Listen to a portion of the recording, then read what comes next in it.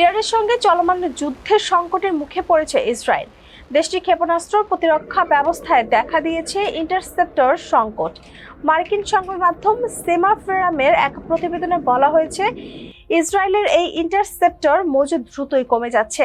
চলতি সপ্তাহে ইসরায়েল বিষয়টি যুক্তরাষ্ট্রকে জানিয়েছে। তাদের ভাষায়, ব্যালিস্টিক ক্ষেপণাস্ত্র প্রতিরোধী ইন্টারসেপ্টর মজুদ এখন আশঙ্কাজনকভাবে কমে এসেছে। বিষয়টি সম্পর্কে অবগত মার্কিন কর্মকর্তারা এই তথ্য জানিয়েছেন। তবে প্রতিবেদনে বলা হয়েছে, এই পরিস্থিতি হঠাৎ করেই তৈরি হয়নি। গত কয়েক মাস ধরেই যুক্তরাষ্ট্র জানত ইসরায়েলের ইন্টারসেপ্টর মজুদ ধীরে ধীরে কমেছে। একজন মার্কিন কর্মকর্তা বলেন, এই পরিস্থিতি আগেই অনুমান করা হয়েছিল, তাই যুক্তরাষ্ট্র আগে থেকেই প্রস্তুতি নিয়েছিল।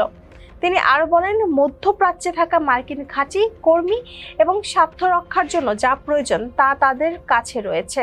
অর্থাৎ যুক্তরাষ্ট্রের নিজস্ব ইন্টারসেপ্টর মজুদ নিয়ে এই মুহূর্তে কোনো সংকট নেই।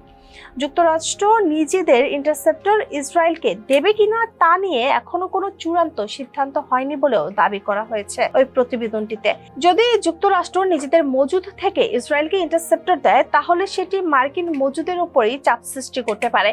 এদিকে সম্ভাব্য ঘাটতি মোকাবিলায় ইসরায়েলের বিকল্প সমাধান খুঁজছে। তবে বর্তমানে ইরান প্রতিদিন মাত্র কয়েকটি ক্ষেপণাস্ত্র নিক্ষেপ করছে, ফলে পরিস্থিতি এখনো পুরোপুরি নিয়ন্ত্রণের বাইরে যায়নি। কিন্তু বিশ্লেষকরা বলছেন, যদি হামলার ধরন বদলায় তাহলে পরিস্থিতি দ্রুত জটিল হয়ে উঠতে পারে, বিশেষ করে যদি ইরান ক্লাস্টার মিউনিশন ব্যবহার করে ক্ষেপণাস্ত্র হামলা চালায়।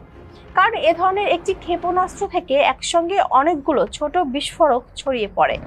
এসব লক্ষ্যবস্তু ধ্বংস করতে একাধিক ইন্টারসেপ্টর ব্যবহার করতে হয় ইসরায়েলকে, ফলে ইন্টারসেপ্টর মজুদ খুব দ্রুতই শেষ হয়ে যেতে পারে। তবে এ ধরনের ক্লাস্টার হামলার প্রতিরোধে ইসরায়েল সাধারণত ব্যবহার করে তাদের পরিচিত প্রতিরক্ষা ব্যবস্থা আয়রন ডোম। আয়রন ডোম মূলত স্বল্প পাল্লার রকেট এবং প্রজেক্টইল ধ্বংস করার জন্য তৈরি করা হয়েছে। এতক্ষণ সাথে ছিলাম আমি শম্পা আক্তার। ফেস দ্য পিপলের সাথে থাকার জন্য ধন্যবাদ।